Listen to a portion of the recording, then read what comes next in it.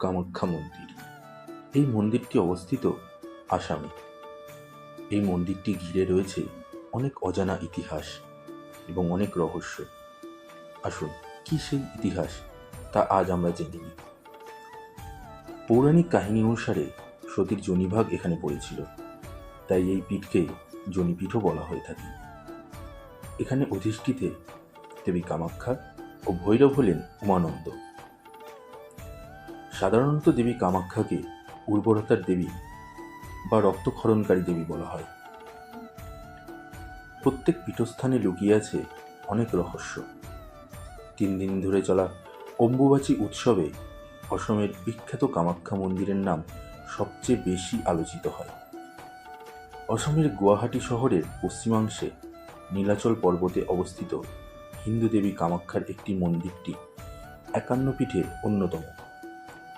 51টি শক্তিপীঠের মধ্যে একটি এবং 4টি আদি শক্তিপীঠগুলোর মধ্যেও একটি হল কামাখ্যা মন্দির। ভারতের মধ্যে যত প্রাচীন শক্তিপীঠ আছে সেগুলি অপার রহস্যের আধার বলেই বিশ্বাস করেন ভক্তরা। তবে যোনিপীঠ কামাখ্যাকে ঘিরে সাধুসন্ত থেকে সাধারণ মানুষ সবাই যেরকম কৌতূহলী। পৌরাণিক কাহিনী অনুসারে সতীর যোনিভাগ এখানে পড়েছিল। এই পীঠকে যোনিপীঠও বলা হয়ে থাকে। এই মন্দির চত্বরে 10 মহাবিদ্যার মন্দিরও আছে। এই মন্দিরগুলোতে 10 মহাবিদ্যা সহ মহাকালী, তারা, ষোড়শী, ভুবনেশ্বরী, কামাখ্যা শৈলপুত্রী, ব্রহ্মচারিণী, মঙ্গলচণ্ডী, কুষ্মাণ্ডা, মহাগৌরী, চামুণ্ডা, কৌশিকী, দাক্ষায়ণী সতী, চন্দ্রঘণ্টা, স্কন্দমাতা, কালরাত্রি, কাত্যায়নী, সিদ্ধিদাত্রী, শাকম্ভরী, হৈমবতী, শীতলা, সংকটনাশিনী, বনচণ্ডী, দেবী দুর্গা, মহাভৈরবী, ধূমাবতী, ছিন্নমস্তা, বগলামুখী, মাতঙ্গী ও দেবী কমলা। এই 30 দেবীর মন্দিরও রয়েছে। এর মধ্যে ত্রিপুরা সুন্দরী, মাতঙ্গী ও কমলা প্রধান মন্দিরে পূজিত হন। অন্যান্য দেবীদের জন্য পৃথক মন্দিরও আছে। হিন্দুদের, বিশেষত তন্ত্র সাধকদের কাছে এই মন্দির অন্যতম প্রাচীন একটি পবিত্র তীর্থস্থান। কামাখ্যা মন্দিরে 4টি কক্ষ আছে, গর্ভগৃহ ও 3টি মণ্ডপ। গর্ভগৃহটি পঞ্চরথ স্থাপত্য শৈলীতে নির্মিত। গর্ভগৃহটি আসলে ভূগর্ভস্থ একটি গুহা। এখানে কোনো মূর্তি নেই, শুধু একটি পাথরের সরু গর্ত দেখা যায়। কামাখ্যা মন্দিরের চত্বরে অন্যান্য মন্দিরগুলোতেও একই রকম যোনি আকৃতি বিশিষ্ট পাথর দেখা যায়, যা ভূগর্ভস্থ প্রস্রবণের জল দ্বারা পূর্ণ থাকে। প্রতি বছর গ্রীষ্মকালে অম্বুবাচী মেলার সময় কামাখ্যা দেবী ঋতুমতী হওয়ায় উদযাপন করা হয় এই ঘটনাকে। এই সময় মূল গর্ভগৃহের প্রস্রবণের জল আয়রন অক্সাইডের প্রভাবে লাল হয়ে থাকে, ফলে এটি ঋতুস্রাবের মতো দেখায়। তন্ত্র সাধনার কেন্দ্র হওয়ায় বার্ষিক অম্বুবাচী মেলা অনুষ্ঠানে এখানে প্রচুর মানুষ আসেন। এছাড়াও বার্ষিক মনসা পুজো মহা সমারোহে আয়োজিত হয়। দুর্গাপূজা কামাখ্যা মন্দিরের একটি অন্যতম প্রধান উৎসব। পুরাণ মতে দেবী সতী নিজের বাপের বাড়িতে বাবার কাছে স্বামীর অপমান সহ্য করতে না পেরে সেখানেই দেহত্যাগ করেছিলেন। সতীর দেহত্যাগের কথা শোনা মাত্রই সেখানে পৌঁছে যান মহাদেব।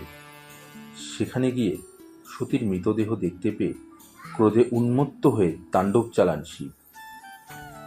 মহাদেব সতীকে কাঁধে তুলে নিয়ে তাণ্ডব নৃত্য করেন। মহাদেবের এ হেন তাণ্ডব নৃত্যে পৃথিবী ধ্বংসের আশঙ্কা করেন স্বর্গের সমস্ত দেবতা। মহাদেবের ক্রুদ্ধ মূর্তিকে শান্ত করতে শ্রীবিষ্ণু তার সুদর্শন চক্র দ্বারা সতীর দেহ 51টি খণ্ডে খণ্ডিত করেন। সেই খণ্ডগুলোই যে স্থানে পড়ে সেখানে একটি করে সতীপীঠ প্রতিষ্ঠা করা হয়। বলা হয় যোনিদেশটি কামরূপের নীলগিরি পর্বতে পড়েছিল, কিন্তু দেহখণ্ডের ভার সহ্য করতে না পেরে পর্বত কম্পন শুরু করে, ক্রমশ তা পাতালে প্রবেশ করে। সেই সময় দেবী কামাখ্যা সেই ভার বহন করে নিজ কাঁধে সব দায়িত্ব তুলে নেন। যে স্থানে দেবীর জনিদেশ পড়েছিল তার নাম কুব্জিকা। বর্তমানে সেই স্থানকেই কামাখ্যা নামে পরিচিত। পুরাণে আরও একটি পৌরাণিক কাহিনী শোনা যায়। পুরাণে বর্ণিত নরকাসুরের জন্ম হয়েছিল বরাহরূপী বিষ্ণুর ঔরসে ধরিত্রী বা পৃথিবীর গর্ভে। উপযুক্ত বয়স হওয়ার পর অতীতে প্রাগজ্যোতিষপুর নামে খ্যাত কামরূপ রাজ্য তার হাতে তুলে দেয় তার বাবা। পরে এখানে অধিষ্ঠিত দেবী কামাখ্যাকে সাধনায় সন্তুষ্ট করে তার কৃপায় মহাপরাক্রমশালী হয়ে ওঠে নরকাসুর। আর তারপর শুরু হয় সীমাহীন অত্যাচার। স্বর্গ, মর্ত্য ও পাতালের বাসিন্দারা তার দাপটে ত্রাহি ত্রাহি ডাক ছাড়ে। এমনকি অনেক দেবতাও তার ভয়ে নির্জন স্থানে লুকিয়ে পড়ে। এই সুযোগে দেবতা, দানব, গন্ধর্ব ও মানুষ নির্বিশেষে 16,000 সুন্দরী মহিলাকে অপহরণ করে নরকাসুর। তারপর একটি পাহাড়ে বন্দিশালা তৈরি করে আটকে রাখে। শুধু তাই নয়, উদ্ধত নরক দেবরাজ ইন্দ্রকেও পরাজিত করে দেবমাতা অদিতির কর্ণভূষণ লুট করে। এই কথা শুনেই তার উপর ক্ষিপ্ত হয়ে ওঠেন দ্বারকাধিপতি শ্রীকৃষ্ণ। নরকাসুরের নারকীয় কুকীর্তির কথা শুনে সৈন্য সামন্ত নিয়ে রওনা দেন প্রাগজ্যোতিষপুরের দিকে। দুজনের মধ্যে চরম যুদ্ধ শুরু হওয়ার পর সুদর্শন চক্র দিয়ে নরকাসুরের মাথা কাটেন শ্রীকৃষ্ণ। বন্দি থাকা সুন্দরী মহিলাদেরও উদ্ধার করেন তিনি। এই ঘটনা উপলক্ষে প্রাগজ্যোতিষপুর থেকে দ্বারকা পর্যন্ত এলাকার বাড়িগুলি সেজে উঠেছিল লক্ষ লক্ষ প্রদীপে। উজ্জ্বল আলোকময় নরকাসুরের অত্যাচারের কালিমা ধুয়ে দিয়ে গিয়েছিল নিমেষে। সেই স্মৃতি মাথায় রেখে আজও সেজে ওঠে 51 পীঠের অন্যতম পীঠস্থান কামরূপ কামাখ্যা। কামাখ্যার পূজা বামাচার ও দক্ষিণাচার উভয় মতেই হয়। সাধারণত ফুল দিয়েই পুজো হয়, মাঝে মাঝে পশু বলিও হয়।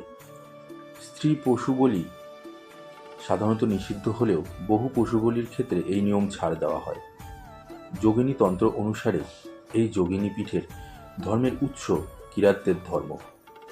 বাণীকান্ত কাকতির গড়ে গারো উপজাতির মানুষেরা কামাখ্যায় শূকর বলি দিত।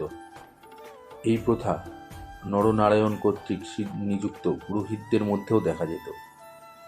দেবী ভাগবত, দেবী পুরাণ, তন্ত্র চূড়ামণি, কালিকা পুরাণ ও যোগিনী তন্ত্রে উল্লেখিত ভারতের শক্তি সাধনার অন্যতম প্রধান কেন্দ্র কামাখ্যায় মহাশক্তি মহাকালীর পুজো হয় আজও খুব ধুমধাম করে।